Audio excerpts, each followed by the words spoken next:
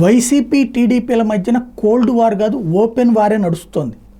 అది పతాక స్థాయికే చేరింది. మీడియా ఎవరి కోణంలో వాళ్లే చెప్పుకునేటటువంటి పరిస్థితి. జగన్ ఏం చేశాడు అంటే, వైఎస్ఆర్ కాంగ్రెస్ పార్టీ అధికారంలోకి వచ్చాక కార్యాలయాలు బోలెడన్ని కట్టుకొచ్చాడు, అవన్నీ కూడా ప్యాలెస్లు అంటూ అన్ని ప్యాలెస్లే కట్టించుకుంటాడు. ఈ జగన్ పద్ధతి ఏంటి ఇది అన్నటువంటి కోణం.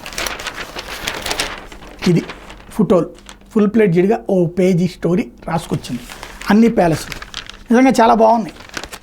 పార్టీ కార్యాలయాలు కూడా ఓ ప్యాలెస్ లాగా, అది మంచి టేస్టే, ఓ రకంగా మంచి బిల్డింగులు కట్టడం అన్నటువంటిది. ఇది ఒక ఆస్పెక్ట్. ఓ రకంగా చెప్పాలంటే ఈ పాతకాలపు మోడల్స్లో ఉన్నాయి. మరి తెలుగుదేశం వాళ్ళు కట్టారా కట్టలేదా అంటే, ఇప్పుడు సాక్షి వాళ్ళు ప్యాలెస్లు అన్నారు కాబట్టి వీళ్ళు సౌదాలు, పచ్చ సౌదాలు అన్నటువంటి పదం వీళ్ళు చూపించారు. వీళ్ళ ఫోటోలు వీళ్ళు ప్రొజెక్ట్ చేశారు. ఇద్దరూ చెప్పేది ఏంటంటే, తెలుగుదేశం ఏమో వైసీపీ ప్రభుత్వ భూములు తీసుకుంది, వైసీపీ చెప్పేది తెలుగుదేశం ప్రభుత్వ భూములు తీసుకుంది. ఇద్దరూ కూడా తాము అధికారంలో ఉన్నప్పుడు ప్రభుత్వ భూములు తీసుకునినే, దశాబ్దాల తరబడి లీజులు పాయింట్ పెట్టుకునినే తీసుకున్నారు. నెంబర్ 1, చట్టబద్ధంగానే తీసుకుంటారు ఇద్దరు కూడా. నిర్మాణాలు కూడా చట్టబద్ధంగానే జరుగుతాయి. అనుమతులు అనేటటువంటిది లోకల్ అధికార యంత్రాంగాలకు సంబంధించినటువంటి అంశం.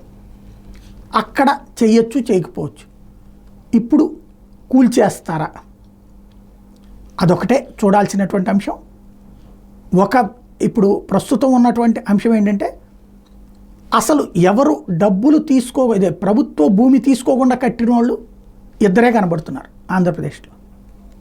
జనసేన, భారతీయ జనతా పార్టీ. భారతీయ జనతా పార్టీ సొంత డబ్బులతో కట్టుకుంది జాతీయ స్థాయిలో ఢిల్లీలో. ఇక్కడ అండర్ కన్స్ట్రక్షన్ ఆగిపోయింది, ఇంకా కట్టాలి. అలాగే జనసేన సొంత డబ్బులతోనే, పవన్ కళ్యాణ్ సొంత డబ్బులతోనే కొనుక్కుంది, స్థలం కట్టించుకుంది. కాబట్టి ప్రభుత్వ భూముల కేటాయింపుతో సంబంధం లేకుండా కట్టుకున్నది వాళ్ళిద్దరే. కమ్యూనిస్టులు కూడా ప్రభుత్వ భూములే తీసుకుని కట్టించుకున్నారు.